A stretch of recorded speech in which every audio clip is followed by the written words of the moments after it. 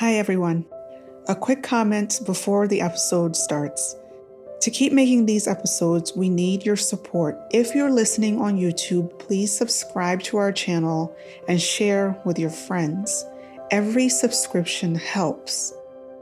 If you're listening on Google Podcasts, Apple Podcasts, or Spotify, or any other podcast platform, please give us a rating and leave a review. Your feedback is really important because it keeps us going. Thank you and enjoy today's episode.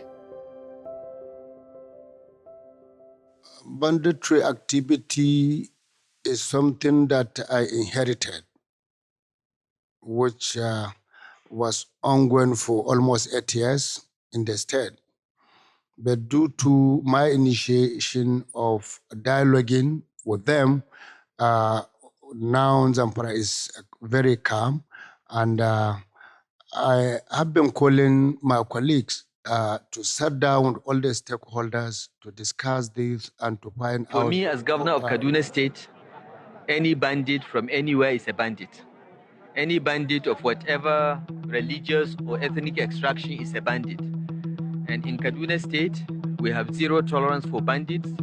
We don't give them amnesty. We don't negotiate with them. We have asked the security agencies to just wipe them out.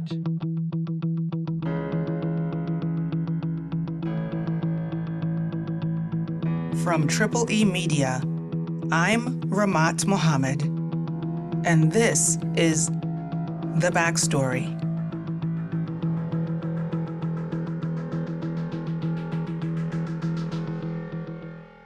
Nigeria continues to face several security challenges: militants, pirates, herdsmen, yahoo boys, Boko Haram, SARS, and now bandits. And the government keeps throwing military and paramilitary power at the problem. We're hiring more local police constables, training special forces, purchasing high military-grade equipment. But one man seems to be on a campaign for a softer approach to the problem.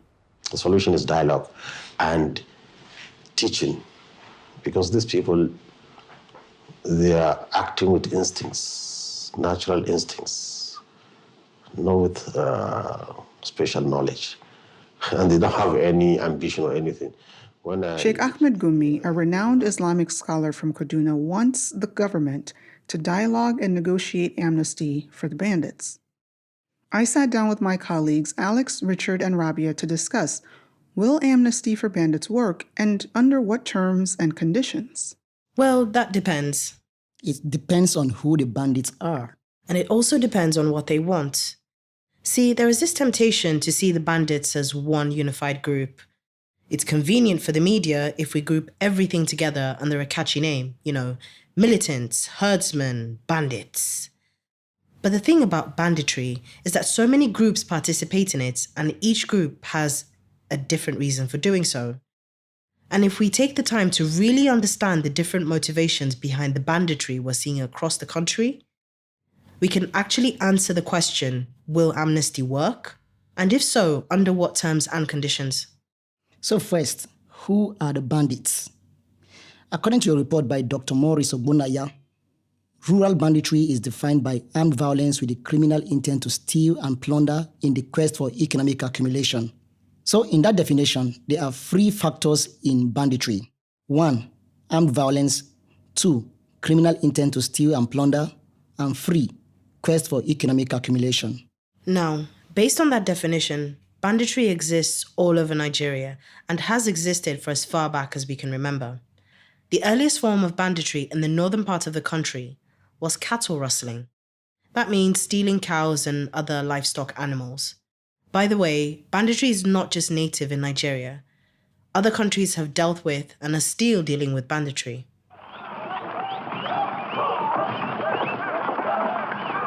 During the American Civil War, Americans used to rustle cattle from Mexico to sell back in the US markets. Mexican rustlers did the same.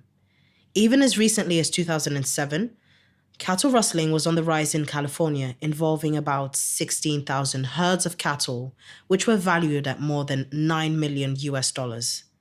Here in Nigeria, we've dealt with this type of banditry for as far back as we can remember.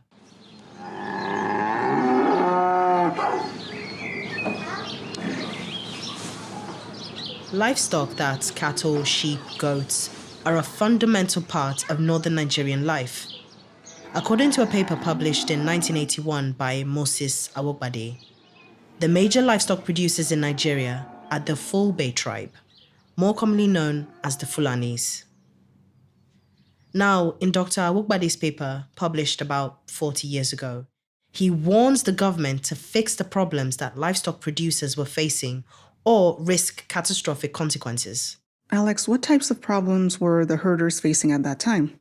At that time, that's back in the 80s, the government had two conflicting priorities. They could either focus on increasing production from farming or expand cattle production areas.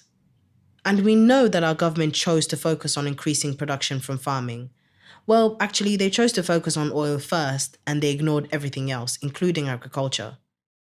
But since the 2000s, they have actively turned their attention to increasing farm production. But what that now means is that land utilization has shifted significantly away from grazing to agriculture. And remember, in Nigeria, cattle herders don't stay in one place. They practice what's known as transhuman pastoralism, meaning that they move their cattle from north to south depending on the season and the weather, and are essentially looking for fertile areas for cattle to graze. Now, in the 1950s, the areas of uncultivated grazing land in Nigeria was about 67%, so there was enough land for them to freely graze. Around 25 years later, by 1976, that available area dropped to 50%. And according to Dr. Awobade, that number was estimated to drop to 39% by 1986. So the area available for grazing has been shrinking, and at the same time, we've not been working on ways to modernize the livestock industry to account for this shift in land use. But it's not just the expansion of agriculture that has led to the reduction of grazing land.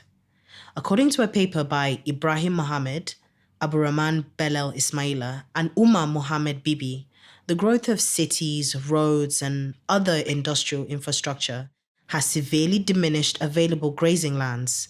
And of course, we know that climate change has also had a huge impact on available land for both farming and grazing. Okay, so if you're keeping track, we've been shifting our priorities as a country towards agriculture, which requires us to expand land use. That means that the land available for transhuman grazing is getting smaller and smaller. But yet, we have not invested in modern methods of livestock rearing. So it's a recipe for disaster, really.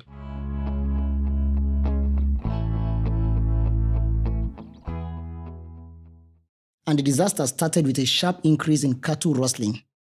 Professor Samuel Egu is a professor at the University of Jos who has written extensively on farmer herder crisis in Nigeria. According to him, cattle rustling is driven by different needs. Sometimes the thieves need cash, or maybe they do it for the meat, and other times it's a way to get revenge for damage to crops. The last reason, revenge, is closely tied to ethnic tensions between groups, specifically between herders and farmers. You heard Alex tell you about our national priorities to increase agriculture. Well, that came at a price. Land available to graze decreased, and tensions between farmers and herders increased. Hundreds of people have died this year alone as herders and farmers fight for grazing rights and access to fertile land. Nigerian police say 86 people were killed after nomadic herdsmen attacked farmers in different locations in central Plateau State. Conflict in Nigeria between farmers and nomadic herders has claimed nearly 2,000 lives in the past 4 years and left another 60,000 people displaced. Fighting between herders and farmers may be deadlier than the Boko Haram Islamist insurgency. Now, back then, before the 1980s, these tensions were settled by cattle rustling. The farmer whose crops were destroyed may rustle a cow or two or even 5 as a way of getting revenge or compensation for the lost crops. There have also been cases where herders will rustle after losing cattle to diseases or inclement weather and violence. And by the way, the rustling went both ways. The herders rustled cattle, but cattle were also rustled from them for the same reasons. Richard, cattle rustling is clearly a crime, and in 2014, the Nigerian police even set up a task force on cattle rustling and associated crime. So it was treated as a crime, but it just seems to me like it was a local, small town kind of crime. How did we get from that to the banditry that we have now, which involves kidnapping of people? Okay, so the first thing that happened was that the tension between farmers and herders started to take on an ethno-religious coloration. It was no longer about farmers and herders fighting over land resources for economic sustainability. It became a narrative of Fulani herdsmen who are mostly from Muslim North going after non-Fulani farmers who are painted as being Christians. Richard, how true is this narrative? No, it's not true. Remember, the North is predominantly Muslims. Both victims and perpetrators of banditry are mostly Muslims. So religion has nothing to do with it. But there may be an ethnic element to the banditry carried out in some parts of the North. Now, remember that most herders come from Fulbe or Fulani tribe. And some of the banditry we are seeing in parts of the North are carried out by criminal elements within the nomadic Fulani communities. According to a report by New Humanitarian, many of the armed bandits are Fulanis who joined gangs involved in cross-border armed robbery and cattle rustling in Nigeria, in Chad, Niger, Cameroon, Senegal, and even in Mali. But it's important to understand that they don't select their victims based on tribe. They go after whoever is accessible, including other Fulanis. So you have this ethno-religious narrative being built around a conflict that is purely about resources. Then you have a fear-mongering targeted at a specific group of people. Now, on top of that, you add guns and also a network of organized criminals.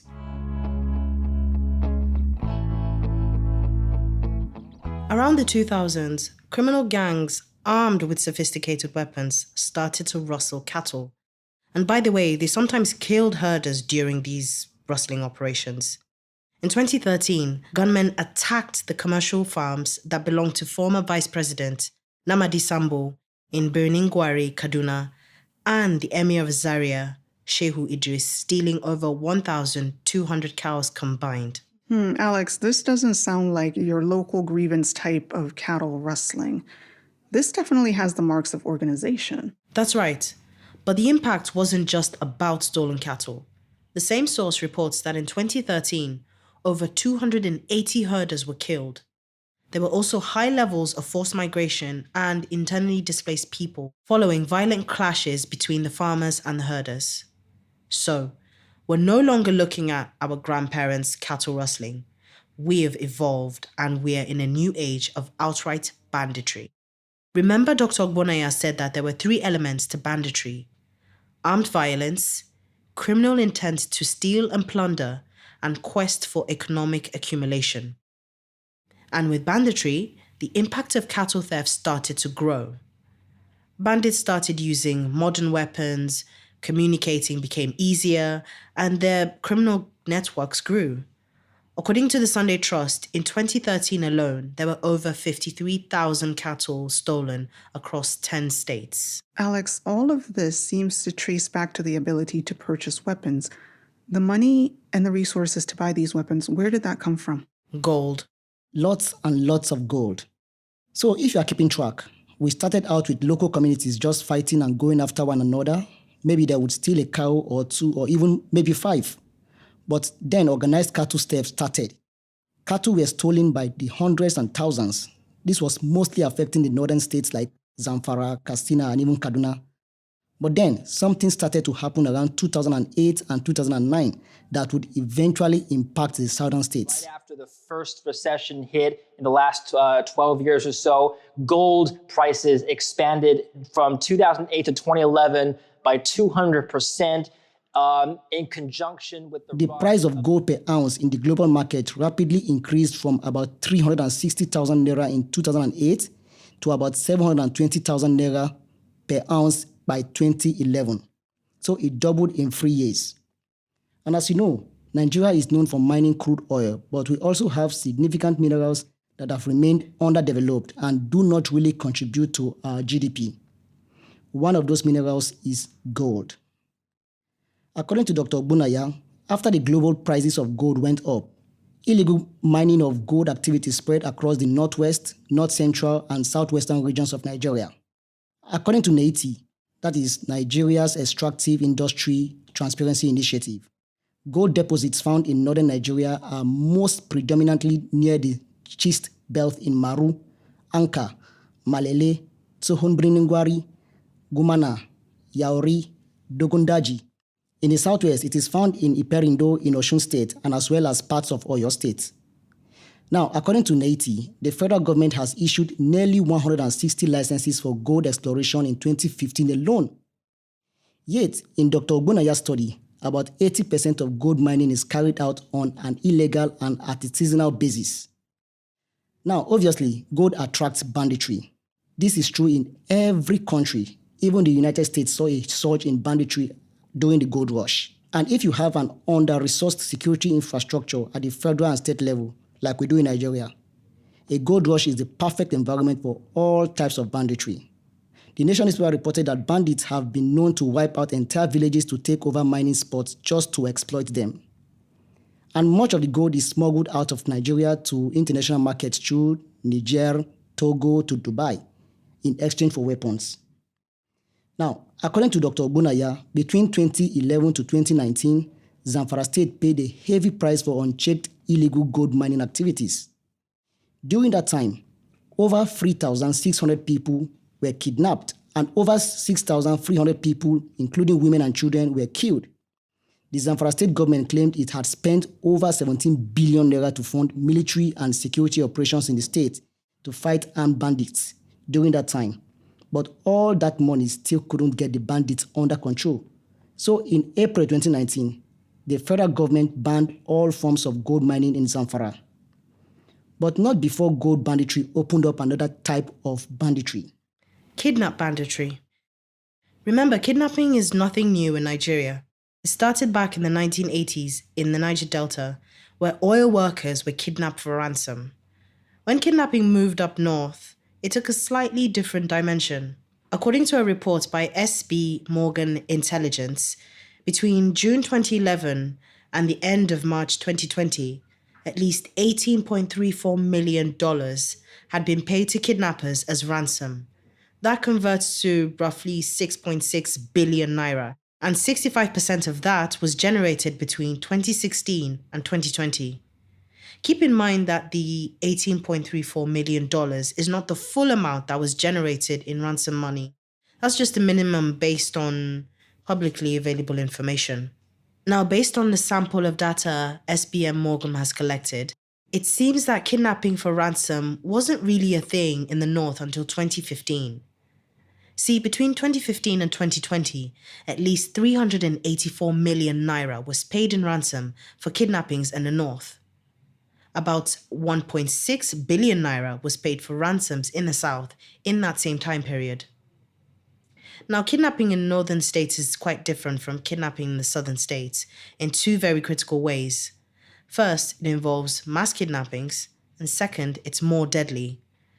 Of the top 5 states that have the highest number of fatalities during kidnap attempts, 4 of them are in the north: Borno, Kaduna, Katsina, and Adamawa states. Rivers is the only southern state in that top 5.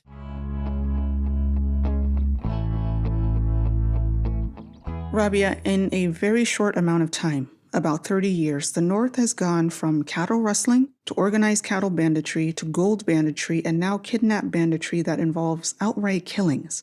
Now, on the one hand, we have one governor, El Rufai, the Kaduna state governor. For me, as governor of Kaduna State, any bandit from anywhere is a bandit. Any bandit of whatever religious or ethnic extraction is a bandit. And in Kaduna State, we have zero tolerance for bandits. We don't give them amnesty. We don't negotiate with them. We have asked the security agencies to just wipe them out. He is clearly frustrated and just wants to wipe the bandits out. Then on the other hand, you have the Zamfara state governor, Matawale, who is appealing for amnesty. Banditry activity is something that I inherited, which was ongoing for almost 8 years in the state. But due to my initiation of dialoguing with them, now Zamfara is very calm. And So what do we do? Well, if we go with wiping them all out, like El Rufai is suggesting, this raises 3 questions. Who are they? How many of them are there? And do we know where they all are? This option assumes that there is a finite number of bandits that we can identify and target all at once. And let's, for the sake of argument, assume that there are 100 bandits and that we can find them all. We can wipe them all out. Are we sure 1,000 more will not rise up? Remember, part of the reason some of these young men enter banditry in the first place is for revenge or to settle some sort of grievance. The problem with wiping them all out is that we're bound by international laws and agreements. So El-Rufai's option is not really an option at the moment, unless the government labels the group as terrorists. But the problem is, you can't label a group as terrorist until you define the group. But if by some logic the government ends up labeling bandits as terrorists, then El-Rufai can have his way. So let's look at option 2, offer the bandits amnesty. This could work, but only under certain conditions. Remember the definition of banditry. It involves armed violence with the criminal intent to steal and plunder in the quest for economic accumulation. So if amnesty is going to work, we need all the bandits to drop their arms, stop stealing and plundering, and accumulate their wealth through some other means. But as you know, the bandits would only drop their arms if they feel safe. So if they drop their arms, but then they get attacked or their communities get attacked either by other bandits or even by the government security forces, then amnesty will definitely fail. If amnesty is going to work, the bandits would have to stop stealing and plundering, and they would only do this if they have another means of income. So for amnesty to work in the north, the deal would need to come with some sort of alternative form of steady income. And the word steady is very important here.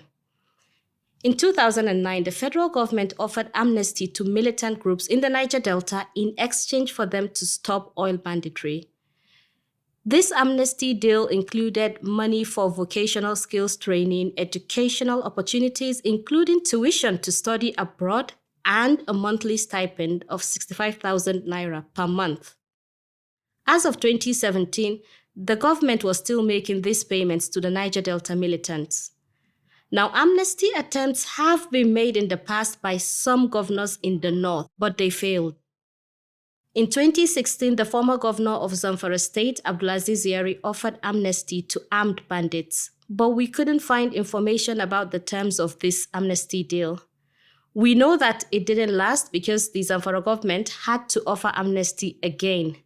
This time, the current governor, Bello Matawale, offered the bandits 2 cows in exchange for rifles in July 2020. The Kaduna state government also tried amnesty in 2017. They granted amnesty to about 300 bandits, including criminals and vigilante members who surrendered their arms. They paid them up to 100,000 naira for each rifle surrendered, but by 2018, banditry and kidnapping was back up again in the state. In January of this year, about 500 bandits in Kaduna around the Birningwari area agreed to lay down their arms after a peace deal that was led by Sheikh Gumi. Again, no details were released about that deal. We don't know what the bandits got in exchange. But Rabia, Birningwari is one of those areas that Nieti identified as having a very active gold mine. That's right. So we can't say for sure what the bandits got in exchange for laying down their arms, but it's hard to imagine that they walked away with nothing. But whatever they got, if it's not enough to sustain them economically in the long term or to help them become economically independent, the amnesty deal will fall apart. Also, for amnesty to work, every bandit would have to agree to the deal. And like I said, it doesn't look like the bandits are operating as one unified group.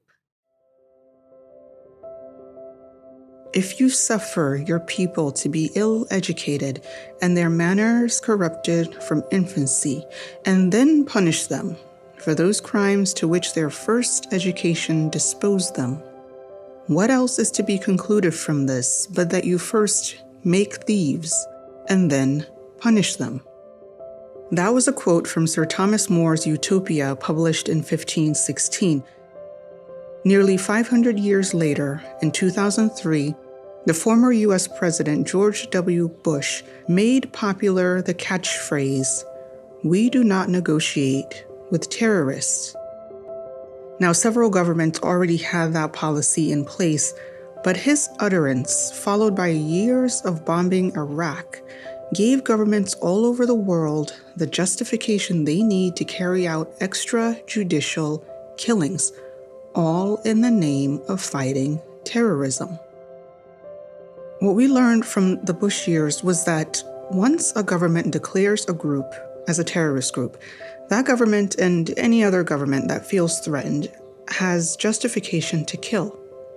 The so-called fight against terrorism has been used by some nations as a cover for extrajudicial killings, and in some cases, outright genocide.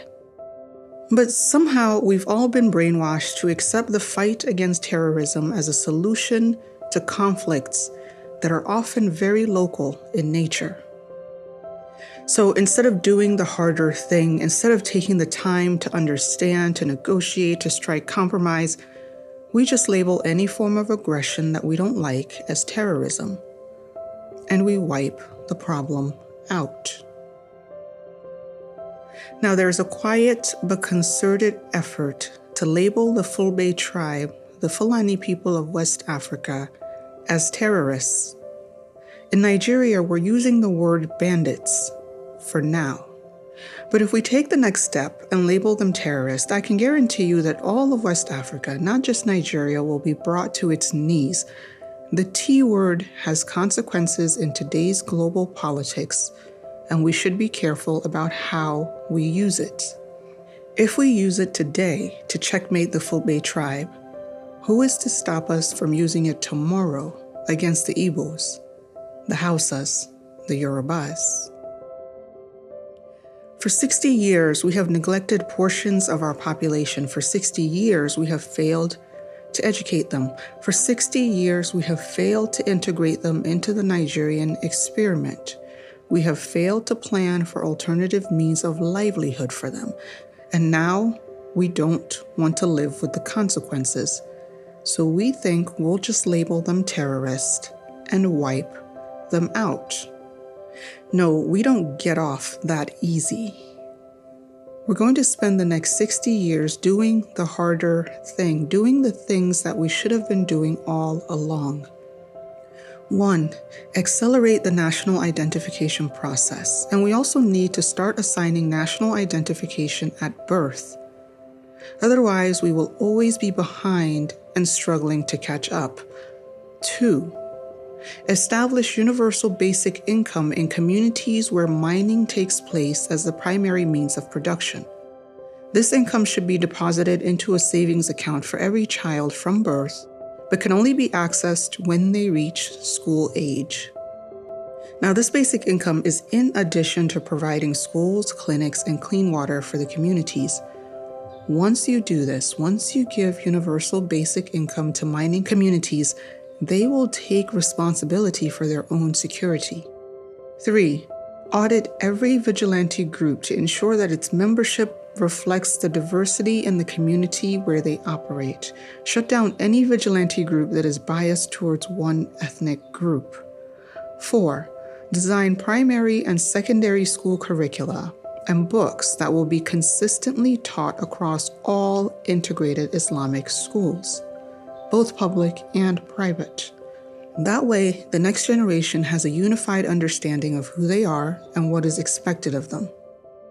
5, audit every school every year for the next 30 years and shut down any school that graduates students who cannot read, write, and speak in basic English or Hausa or French for those who live close to the border. And shut down any schools that graduate students who do not know their basic rights and responsibilities as citizens.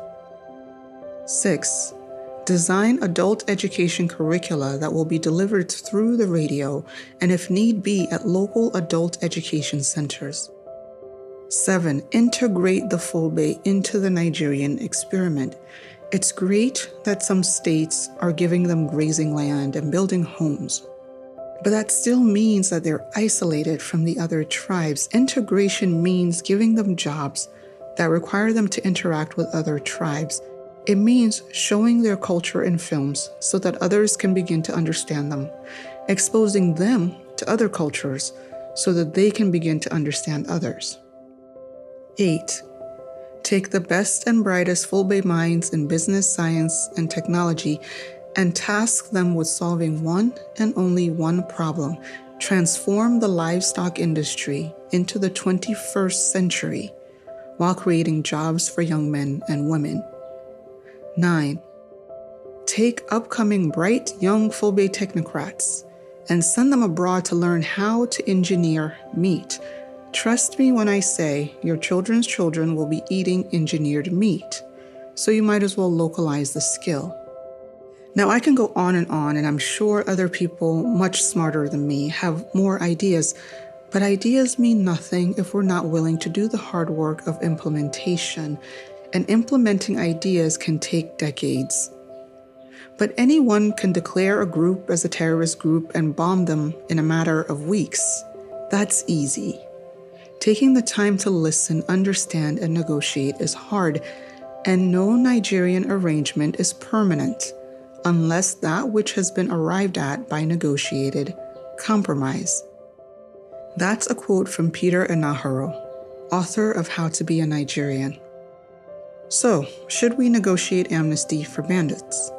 In our episode, we've outlined 3 conditions that must be met for amnesty to work. 1. That governments must identify all the bandit groups. 2. That all the bandit groups agree to lay down arms in exchange for safety. 3. That they will stop stealing and plundering in exchange for some legitimate means of earning income. I know you would love for me to give you a yes or no answer, but I'm afraid the answer is it depends, and each governor will have to do his own assessment of these conditions to figure out if amnesty will work in his state. And if amnesty will not work, each governor will have to determine if wiping them out is an alternative that he can live with.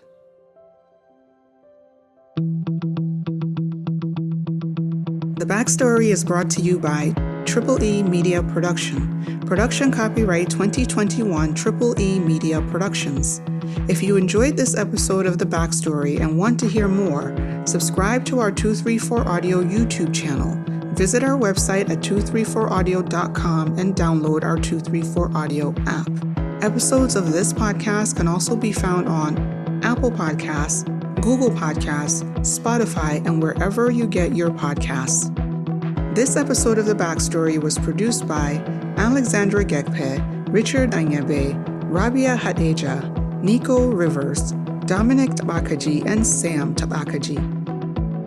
Executive producer Rahmat Muhammad. Special thanks to Anthonieta, Kalunta, John Iwodi, Aredi, Isha, Stanley, Bentu, and Malaiwa Gbado, Ikaleku. I'm Rahmat Muhammad. See you next week.